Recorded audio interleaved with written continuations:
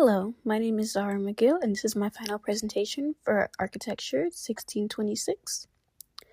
This slide represents the core theme that I carried through the semester, anchoring design in intention.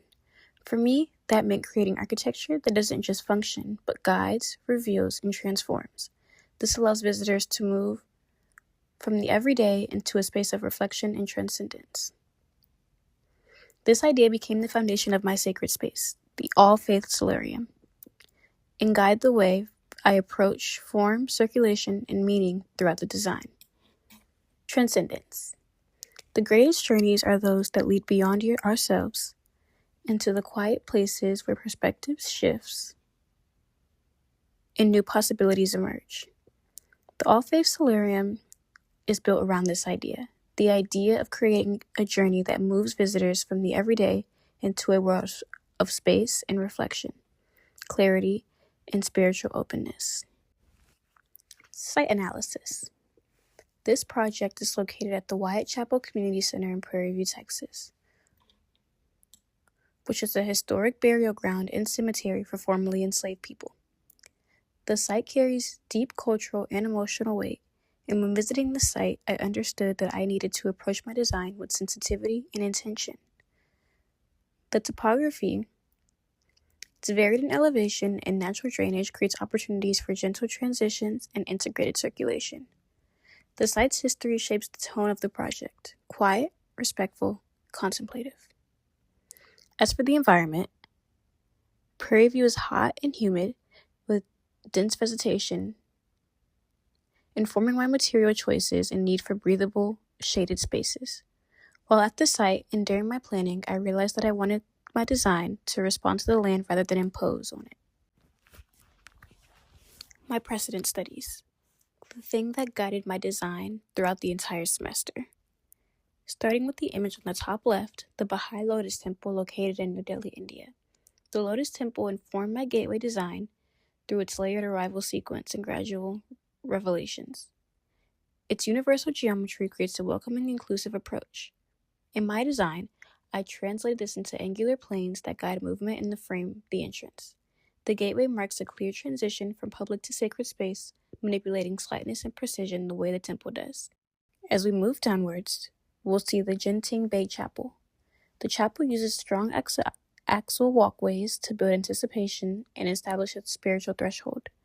I adopted a single focus entry point with an emphasis on volumetric change to emphasize transitions, as well as my material contrast heightening the shift from exterior to interior, reinforcing the inspiration of the chapel's sense of calm and intentional passage.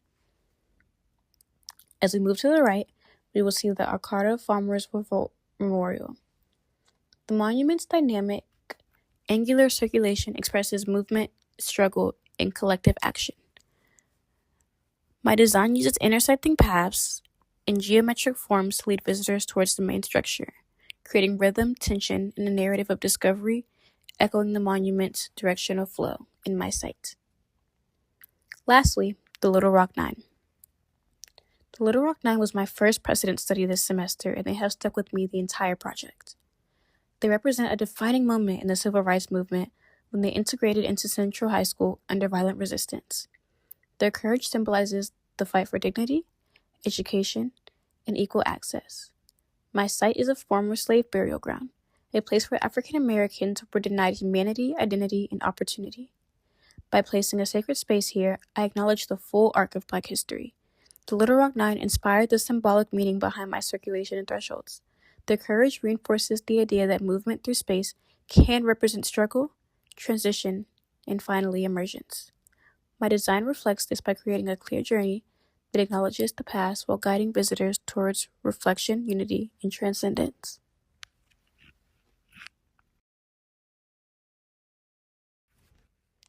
Form, orientation, and circulation.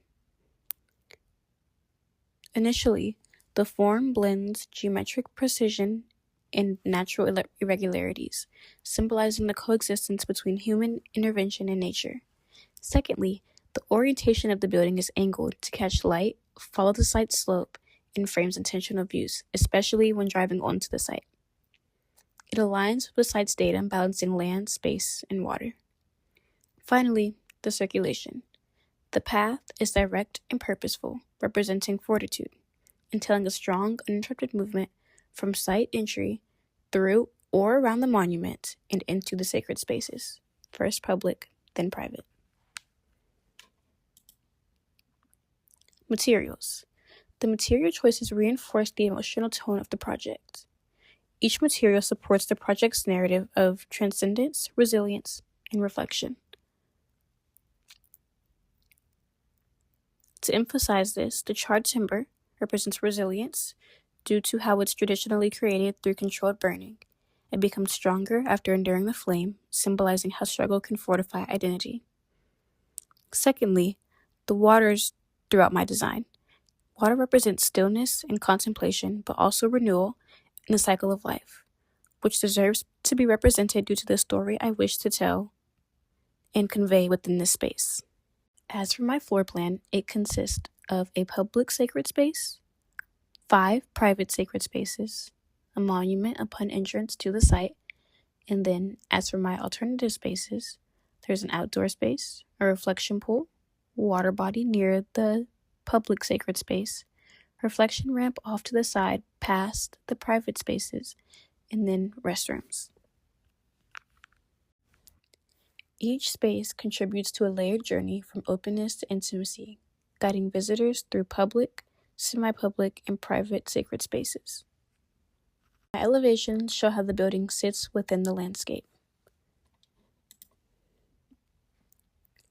My sections reveal vertical transition, light movement, and the relationship between enclosed and open spaces, embedding transcendence into the spatial structure. Onto my renderings. This rendering shows a man praying inside one of the private spaces.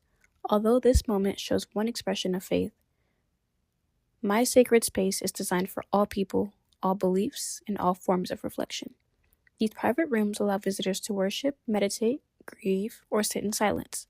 They are intimate, protected, and emotionally safe, ensuring every visitor can honor whoever or whatever they choose to comfortably. This image shows my monument. Each piece tells a different story or chapter of Prairie View's history and the land it stands on. Theoretically, each piece would have something written or a story being told. The first monument will talk about the plantation that Prairie View now sits on, honoring the formerly enslaved people buried here. The second monument would tell the story of the founding of Prairie View A&M University, highlighting the 8 original students whose courage established the university. The third monument would represent a passage of time, representing Prairie View's growth from its founding to today. Finally, the fourth monument would tell the story on why this sacred space exists. It would explain why the All-Faith Solarium stands on this land, honoring ancestors whose resilience made this school and this place possible. Lastly, my public sacred space.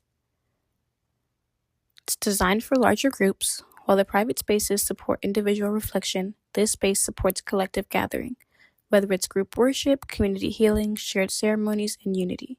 It reinforces the idea that sacredness can be personal or shared, and that transcendence can happen alone or together with others. This project was formed through intense research and sprouting from its historical awareness, intentional form making, and inclusive sacred design. I aim to create a place where visitors can experience transition in a grounded, meaningful way. Thank you.